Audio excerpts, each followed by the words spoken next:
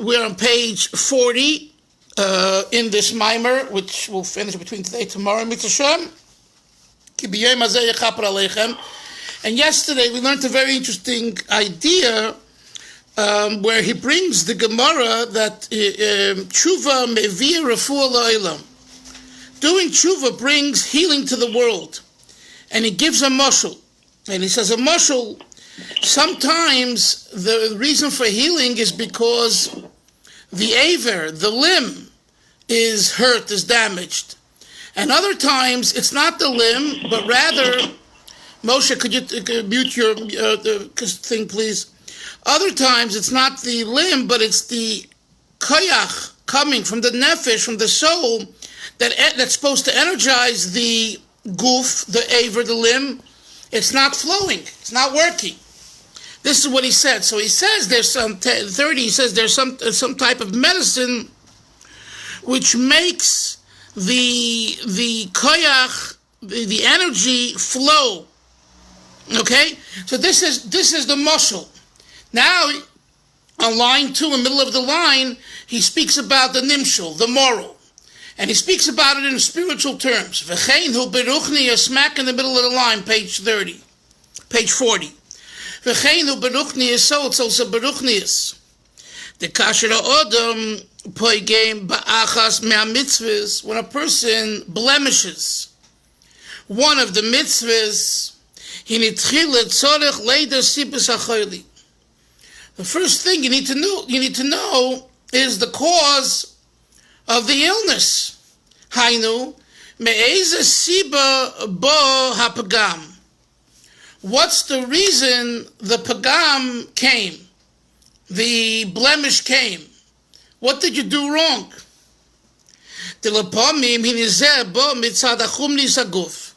It could be at times that what caused you to blemish is because of the coarseness of your body. This individual is very, very materialistic, very corporeal, to the point of corporeality, grub, and he's immersed in the needs of the body. In other words, the person can't daven in shul. What? A grubber mensch. Yes, but I'm giving you an example. There's different types of grubkeit.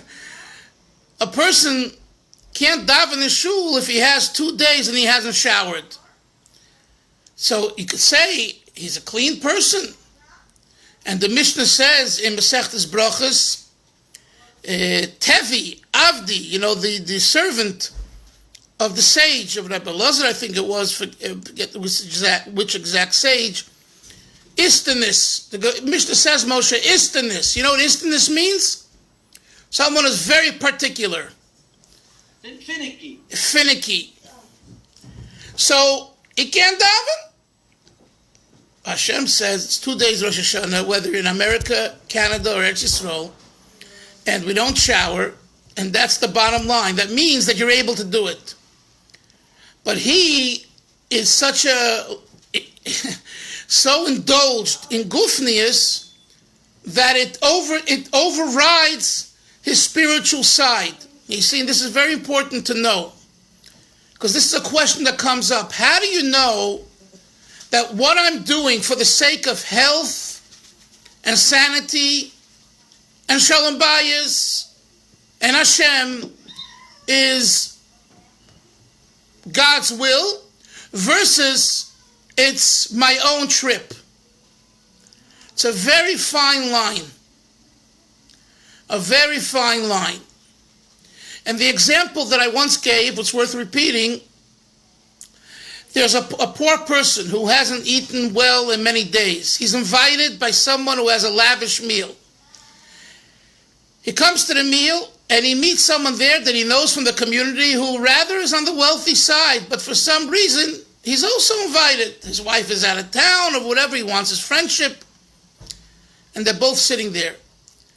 And the waiter brings them both a portion to eat. And they start eating, And who eats with more enthusiasm? Who's all over the food? The poor person. He hasn't eaten well in many days. The rich person's eating with his knives and his forks and his serviette and his napkin, and he's all cool, calm, and collective about his eating. A few minutes later, someone comes in and takes away the plate of food for each one. The question that we need to ask is, who will be more upset that they don't have their food now? The poor person who's still hungry, or the wealthy person? And the answer is the wealthy person, not the poor person. Why? Because the poor person never had it to begin with. So the food and the person didn't become one. They don't equal each other. Whereas the wealthy person is so united with all of his material needs that yes, at the time when they use it, they look cool, calm, and collective as though they're not immersed in the food. But if and when you take away the food for them, or when you take away their gashmias, they become all frazzled and angry and cuckoo. That shows that who really is immersed in the gashmias, it's the wealthy person, not the poor person. So this mashal could be explained over here too, that there is two different types of hakshama. Hakshama, you only used the word before, grubkeit, or in English, coarseness, corporeal. So one is a very observable outward type of grubkeit that we see by ourselves and others at various times. There's another type that's very, very, very subtle, and it's not observable. But if you push the button, boy, does it come out. I recall years ago there was a question in a community about choosing a rav, a rabbi, for a large community. And they were about to vote on people who were not bred and born of this particular community. They were, what they call Zugekommener. Zugekommen means they arrived, they added, they came later. And this one person who came from real Hasidic stock with a great pedigree, he just jumped up and he exploded. And he was one of the candidates. And that left a very poor taste on everyone there, and he did not win. He lost, and the others won. What came out was what seemed to be his true colors. Now, do I know? I don't know. I'm just telling you the way it was perceived. So the line between really doing something for the cause or doing it for yourself is a very sensitive, refined one. And it's one that we've been speaking about throughout our learning, and particularly in this mimer. Remember what he said, chet has two meanings. Either chet means sin, or chet means lacking. Then he said chet also means cleansing. Someone who's really generally clean and holy and good and doing what it is, but he has just a little ego. That little ego for him is considered the pinnacle of transgression. And it shows that he is not yet the servant of Hashem. And therefore he is not suitable to be a leader over others. Because before you can be a leader over others, you need to be a leader over yourself. And if you don't control your ego, then how do you expect to control other people's ego? And if you think you can do it by force, we see it doesn't work. So all of this is encapsulated in the words,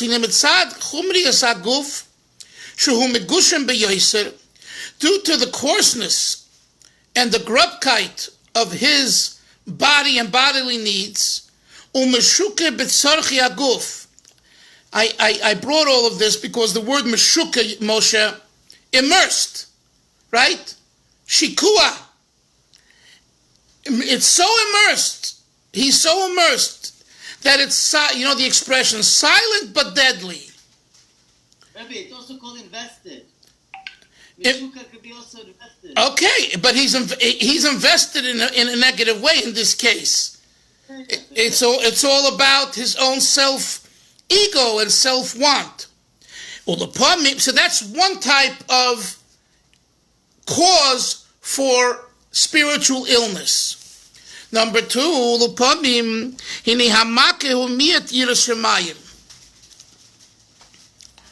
the Rebbe says the second possible reason why he is ailing spiritually is because he has little fear of God.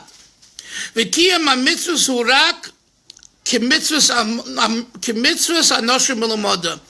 fulfillment of mitzvah is just by rote, like people doing things that they're trained to do. You can get out of your pajamas, get into your pajamas, or out of your pajamas, go into shul and say Asher and put on tefillin in your sleep because you do it every day. It's habit, Moshe.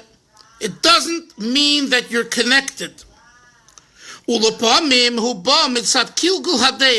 Rebbe says a third reason for the spiritual malady, Hillel, and that is kilkul hadeus, a warped mind, farmished, philosophically and ideologically messed up, Rahman Litzlan, which we saw in the last generation, in the last time, in the Holocaust.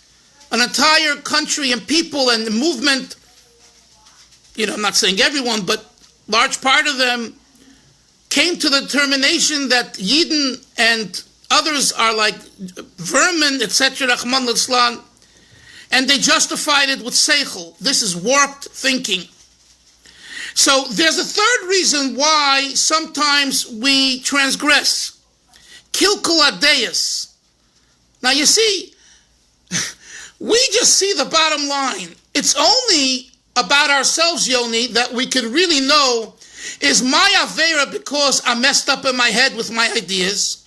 Is my Avera because I'm lacking Yirah Shamayim, or it's because I'm grub? It's three different reasons. And they don't all have to come at the same time, and one does not have to have all three. You can have 1 out of 3, 2 out of 3, or guess what? 3 out of 3, and you're out. So that's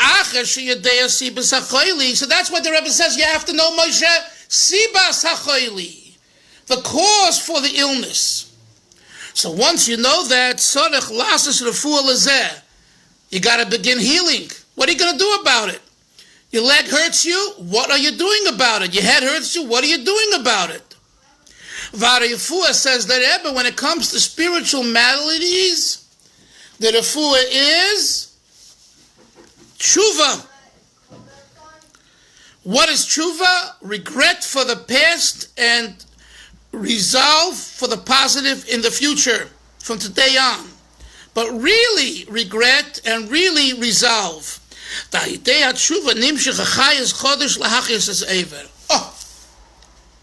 When you do real tshuva, you get new energy, new koyach that was reserved in your soul, and it never came out, and now you're accessing fresh energy.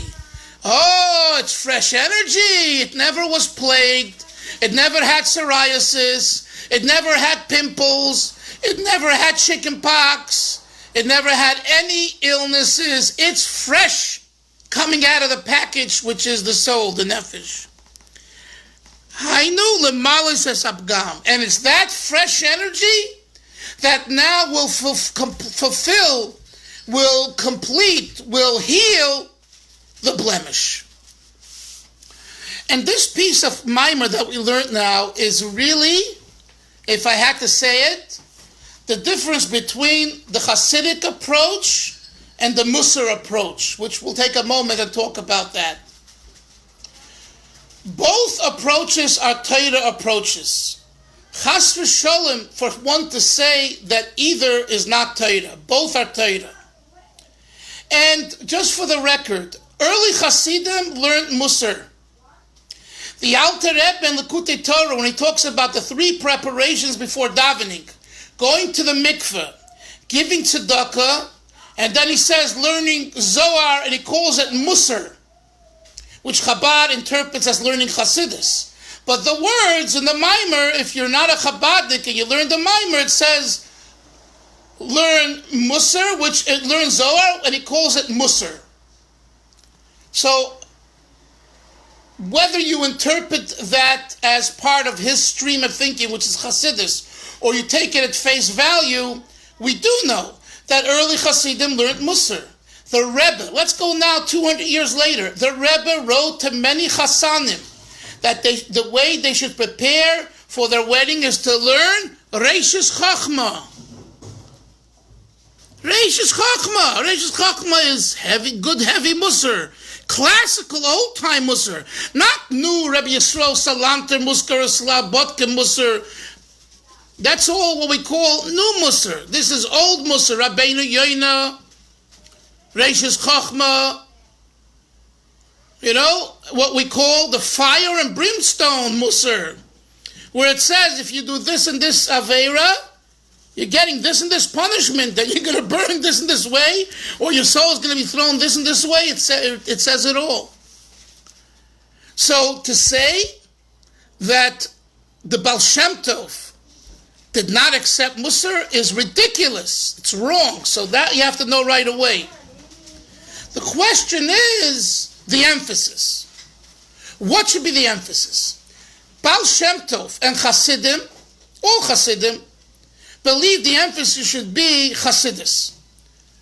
The Litvische world believe, and not all in the Litvische world, but those that follow Mussar, because you all know that there was a very big disagreement in the Mussar world whether Mussar should be included as part of the curriculum.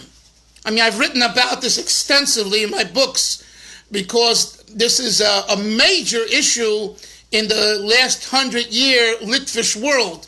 I mean, today pretty much almost no yeshivas learn Mussar seriously, but pre-Holocaust, Slabotka, Navardik, Mir, they learned seriously Mussar. And between you and I, the results were much better, but we're not going to go there. Okay, even without the beards, in Slabotka, hardly anyone, no one had a beard. You weren't allowed to have a beard unless you came in with a beard, which, But the element of Yiras Shamayim was greater. But that's another discussion, and it really needs data, which Shaul Stampfer from, I think, Bar Ilan and Ben-Zion Klapinski, various professors that are living now in Eretz Yisrael have done very, very important studies on this issue, the Mussar movement in the Litvish yeshivas. But I'm going back to earlier Mussar, Reishis Chachma. So the Rebbe says to the Chassan in 1980, and 1990, 1970, you're getting married, you're going under the chuppah, you need to learn Reishis Chachma. I learned Reishis Chachma when I got married. My eyes always popped out. I never learned it before. And I learned the Igeras at Ramban. You learn the Igeras at Ramban, and you see that marriage is really serious, holy business going on. And you have to know what to eat and what not to eat, and when to eat and when not to eat. I don't want to go into the details. I have youngsters upstairs. But if you read the Igeras at Ramban, he spells it all out. And I learned Igeras at Ramban. And I'm a Lubavitcher Chassid, and everything else. So what? Torah is Torah. The question is, overall, what do I emphasize? Number two, the question is also, what do you teach a newcomer, be it yourself or someone else, right away? So there is a school of thought that you kind of, how should I say this? You mellow out the Mussar and you give them more practical things like zrizus, alacrity, nikios, cleanliness, seder, orderliness. This is from Mesilas Yesharim, right? Ramoshe Chaim Luzzatto was considered also from the latter Mussar, although he wasn't technically a Mussarnik, but he includes that in his Sfarim. Of course, he wrote Mesilas Yesharim, which is considered a modern sefer of Mussar. So what do you see over there? You see that the approach is what? The approach is to remove the fire and brimstone of old classical Mussar and water it down. But bottom line, cleanliness, orderliness, and things like that. Chasidus, the Baal Shem Tov says, don't water anything down, especially the Chabad system of Chasidus. Give people everything. Give them the depth of God, creation, ex nihilo, cause and effect, spheros, emanations. Bombard them with ideas that are way beyond who they are and what they know. And let them swim in the ocean of knowledge. And as you swim, you get more comfortable and more comfortable. And then you say, wait a minute, this is who I am? You mean I'm an emanation of God? And I have a soul which is greater than an angel? Well, what's an angel? What's a soul? And so Chasidus in general, Baal Shem Tov, Chabad is particularly in its system, believes in not watering down Chasidus. And I say Chabad in particular because Rabbi Avram Kalosker and the Lechovitcher, they did believe in not giving the entire Hasidic ideology and philosophy to people. They felt it's too much, and that's a whole other discussion. I've also written about it, and I'm writing more about it now. But even them. One second, you got to let me finish because this is a monologue that's very relevant to many things. Even they who believe in water, giving less, watering down, just go emunah. And by the way, when I say emunah, it's not like be a horse. Don't be a fool. Emunah is not being a fool. Emunah means there's emunah with Chabad. And then there's emunah with chagas, but emunah is an avodah, and anything that's an avodah, an activity, a service, is meaningful and deep.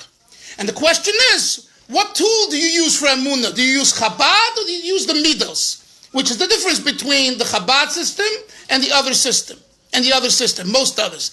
Okay, I'm not talking about Slonim now. I'm not talking about Breslev, because these are all nuances that have to be looked at very carefully. We tend to put everything in one basket, and it's shallow.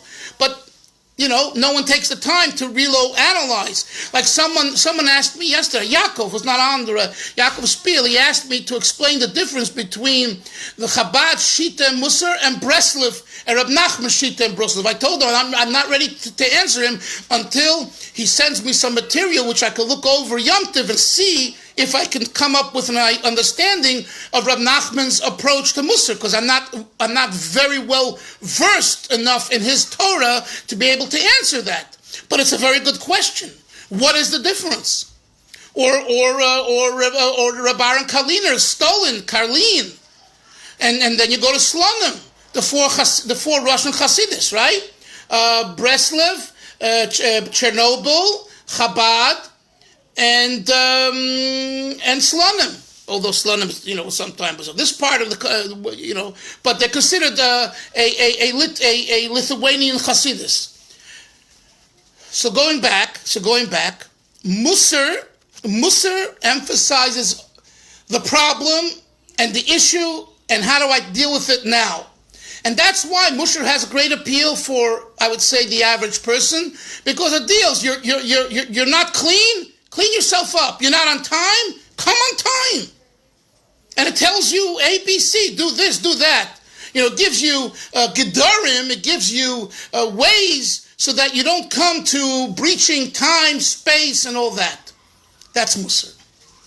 Chasidus is talking about, like I said before, the neshama and the creation of the world. And that's the difference between, at least one difference between what we're learning here, the two types of healing. There's one, excuse me, you must take that box into the car and drop it off today. So the two types of healing. One type of healing is, he says, to fix the aver, to fix the limb, the problem. The hand hurts, fix the hand, put some ointment on it, do exercises, deal with the issue right now, Mussar. The other issue is, the Rebbe says, reveal fresh energy from the nefesh that's never been tapped yet, that when it comes forth, it brings a new life to the hurt hand, and the hand doesn't hurt anymore. But it's coming because of the fresh energy. So I look at the fresh energy as the elyon, the upper, immersing your mind in something higher. Someone told me yesterday about someone who I spoke recently about, I did a tribute, who passed away, that he wrote to the Rebbe, about issues that concern serious yeshiva students in the Hasidic world. The number one thing that concerns serious Hasidic students in the Hasidic world is omission of seed, zera levatala. And this is why there's many svarim, many holy books about it, and there's mashpiyim and mashgichim, and this is a very big topic in the Hasidic world in particular. In the Litvish world, it's not as much discussed, emphasized, etc. What was the Rebbe's approach? When students wrote to him about this, they felt bad. I know a friend of mine told me when he was like 16 or 17, we were in yeshiva, I never knew this, he told me this, he went over to our Rosh Yeshiva, who was a Lubavitcher from the old country, and he says, I feel guilty because I have this issue. And he said, and the Rosh Yeshiva said to him, you are to forget it, and don't look back, and just focus your mind on learning and davening, and doing good mitzvahs. The Rebbe says the same thing, Hesach Hadas it's called. Divert your attention. That was the Rebbe's approach. Now, I'm not saying that would be the approach 100 years ago in Lubavitch. But in our generation, the Rebbe said that to many Bachurim, and it's in writing in the Igros Kodesh, and you can read it in English, in Hebrew, in every language. What's the approach? What's the idea? This idea.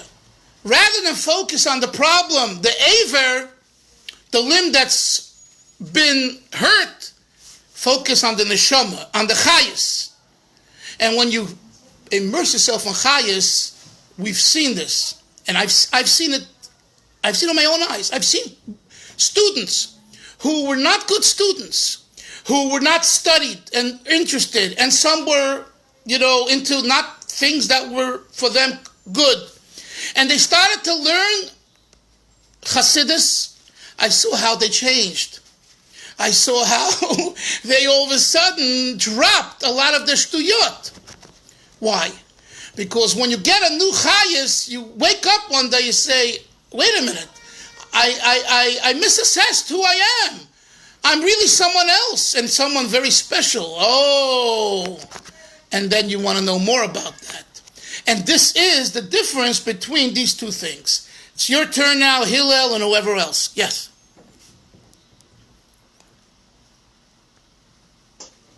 I had a question, Rav. Yes, Moshe. Great. Yeah. You had mentioned Reishis Chachma. If you don't want to talk about it now to take away, maybe I can message you. It's a sefer. It's the book that deals specifically with marriage and so on. Is that right? No. Reishis Chachma speaks about a lot of things, but there's one section in there that talks about marriage and preparing yourself spiritually for marriage. Correct. But it's not an entire sefer on marriage. Yes, Hillel. Yeah, I just wanted to understand what did the term Mussar mean before there was a Mussar movement? In the same way that the word Chasid had a different meaning before there was a Hasidic movement. Okay, so right. When the Rebbe says, when the Alter Rebbe says to learn Mussar, I just want to sort of have a sense of what that means. I understand it's more like Shari Tshuva, Reishis Chachma, and so on, but what was the implication of that term before that? Well, again, it has a certain association today. Okay, but remember, Alter Rebbe came after Reishis Chachma, so the term Mussar, going back to Rabbeinu Yoina, and talking about 1,000+ years ago, and the Rambam and the Reishis Chachma, Mussar means what we discussed, which is heavy scolding of fire and brimstone. Now, if you're asking, so when the Alter Rebbe writes Mussar, he either means the Mussar of Rabbeinu Yoina, or the Mussar brought in the Zohar, or he means the Zohar and the way Chasidus, the Baal Shem Tov, look at the Zohar. And that's the debate. What does he mean? But one thing for sure, he doesn't mean Mussar pre-Rabbeinu Yoina. So now let's go to your question. Or maybe this, I think you meant to ask. What did it mean before? Ethics. Pirkei Avos. I want to ask you a question. Is Pirkei Avos Mussar? No. Pirkei Avos is Mishnah. It's not Mussar. So we have Pirkei Avos, i.e. Mussar, which is ethics. We have Mussar of Rabbeinu Yoina and Reishis Chochma, which is fire and brimstone. And then we have Mussar of Rabbi Yisrael Salanter and Slabotka, etc. And Navardik, which is, another form of, as I said, watered down. Maybe some don't like that word, so it's more mellowed out compared to, the fire and brimstone of before.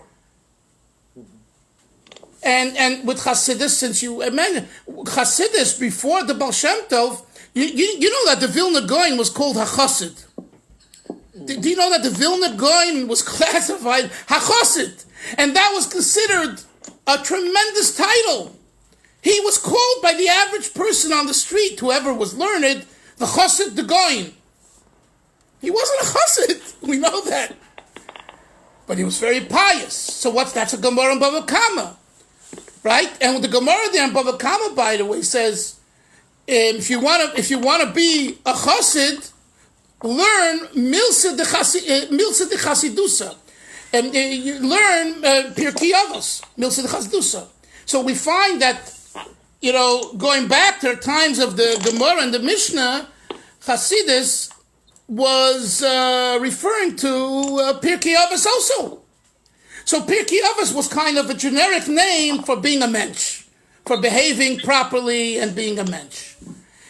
Both the words Chassid and Mussar had a different connotation once Rabbeinu Yoina and his school of thought came about, and that period, and then Moshe Chaim Luzzatto and Chasidus and Rabbi Shol Salanter. And that period brought in another meaning to the word. I believe, you could check this online, but I believe I just made a general classification that I think is correct. Details, you have to get into more if you want to know exactly when and, what period. And you also have to know that there were different schools of Mussar, and there was in Italy and in France and in Russia, Ukraine. So you're talking about different schools. For example, if I told you that Moshe Chaim Luzzatto did not have a beard, would you fall off your chair? I would. Moshe Chaim Luzzatto, the Ramchal, who writes all these Sforim, and he has Mesilas Yesharim, and he doesn't have a beard. Well, when I found that out, I almost fell off a chair, and I said, "What's going on here?" And the answer is, his Italian, he came from Italy, I believe. His approach to Mussar was one that, for somehow, I don't know how he explained the phrases in the Zohar about the holiness of the beard. I don't know how he justified it, but he didn't. So here I'm showing you that, it's you're talking about a giant. A giant. And a Baal Mussar. Baal Mesilas Yesharim. Who doesn't learn Mesilas Yesharim? Who doesn't know about Mesilas Yesharim today?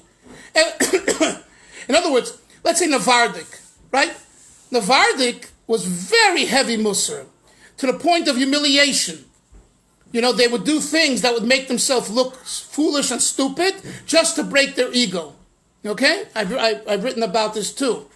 And you take a look at pictures pre-Holocaust of the Navardik. They all had full beards. They looked like Lubavitchers. And they weren't Lubavitchers. They were real hardcore Litvaks. Very frum Litvaks. And Mussarniks. The most extreme of Mussar was Navardik at the time. And yet they have entire beards. So, Rav Moshe Chaim Luzzatto, who wrote Mesilas Yesharim, doesn't have a beard. And Navardik, who's so extreme, does have a beard. My point is, they're different schools. And they're different, the founders had their ways of coming to those decisions, and it continued on. it continued on. And frankly, the Navardic Talmidim, and they had a lot of yeshivas in Europe, really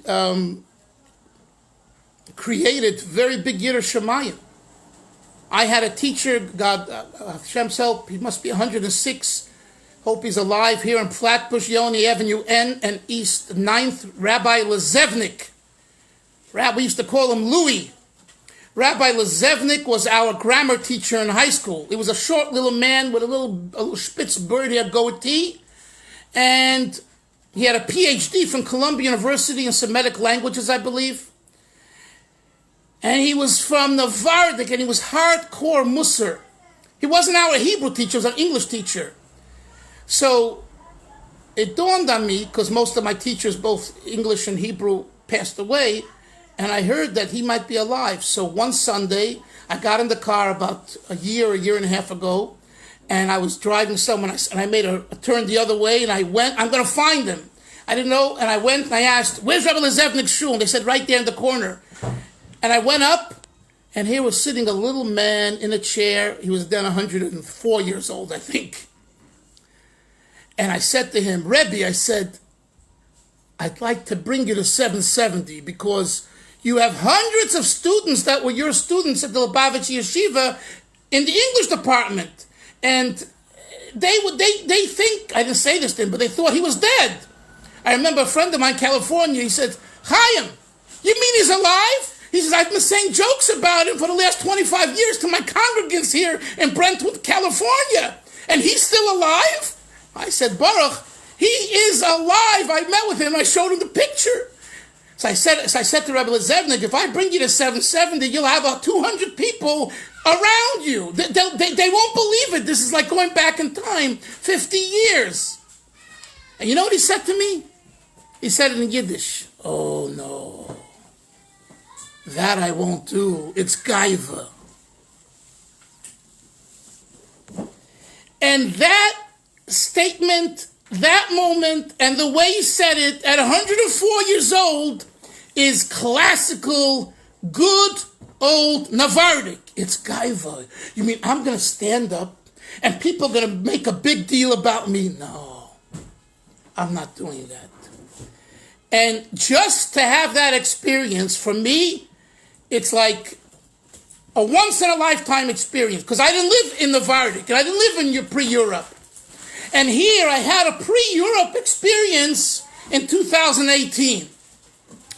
So there are different forms, and that's what I conclude with. There are different forms, and the Frierdiker Rebbe here is suggesting the Baal Shem Tov's approach as an emphasis, and within the Baal Shem Tov's approach, the Chabad emphasis, which is draw the fresh blood.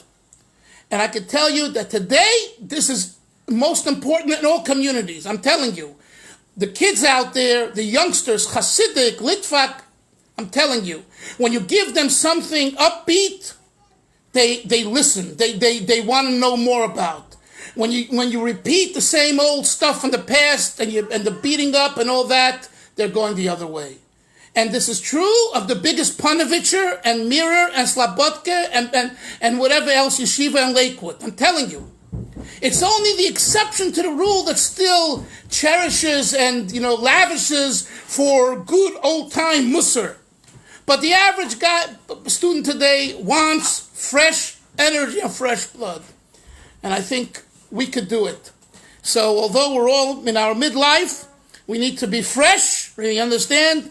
And only with freshness, and like I always say, and I've told you, hang out with young people in shuls and you'll stay young. See everyone tomorrow. Take care. Sei gesund. Bye-bye. Bye-bye, everybody. Take care.